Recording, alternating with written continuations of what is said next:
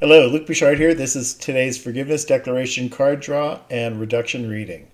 Number 13. I forgive myself for believing that I have to defend myself. Okay, so now my reduction. What does defending ourselves afford us? Well, separation and specialness. It reinforces our belief that we must protect our interests because we think others will harm us, which is the ego's devising. Since becoming a course student, one of my favorite expressions I've learned is from suspicious to vicious. The ego wants us to suspect others' intent because it justifies attack, and therefore entrenches our separation from God. Here's a passage I recently read from the text that fits in nicely. Sin is a block, set like a heavy gate, locked and without a key, across the road to peace. No one who looks on it without the help of reason would try to pass it. The body's eyes behold it as solid granite, so thick it would be madness to attempt to pass. Yet reason sees through it easily because it is an error. The form it takes cannot conceal its emptiness from reason's eyes. So if you drew this card and you're looking up this video today, the question that you have to ask yourself is, when do you feel you have to defend yourself? Who do you have to defend yourself against? What are you defending? And initially what we think that really means is that we have to defend ourselves from others or from, some organization or structure that could harm us, or that there are people that could do things to us. But really that's not what it's about. It's about the belief that others can harm us, and when we do that, we give our power to them. And that's what this reduction is talking about, specifically with the quote from the Course in Miracles.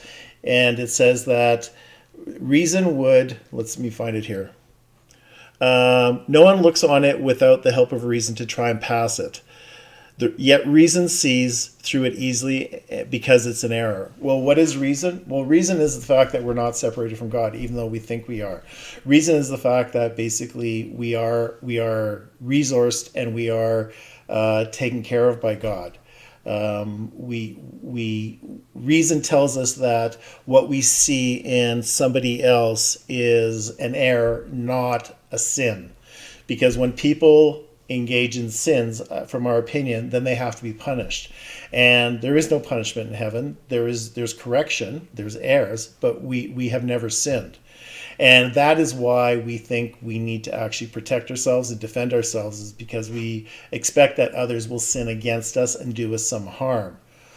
And when we do that, we are separated from God. It is just a way to keep us distant and forgetting the fact that we actually never left heaven, and that we can either be having what is called a happy dream or a bad dream. And they're still dreams. They're dreams about us need to go back up, that we are separated from God. But the happy dream is one that doesn't suspect people's intent is wrong. And I like this idea this saying, from suspicious to vicious. Well, as soon as you're suspicious from someone, being vicious is not that far off, because why are you suspicious? Well, you have to protect yourself. And why do you become vicious? Well, you have to attack because you give them their power. Okay, this image, not sure if there's much to say about this image besides the fact that this is a very heavy gate.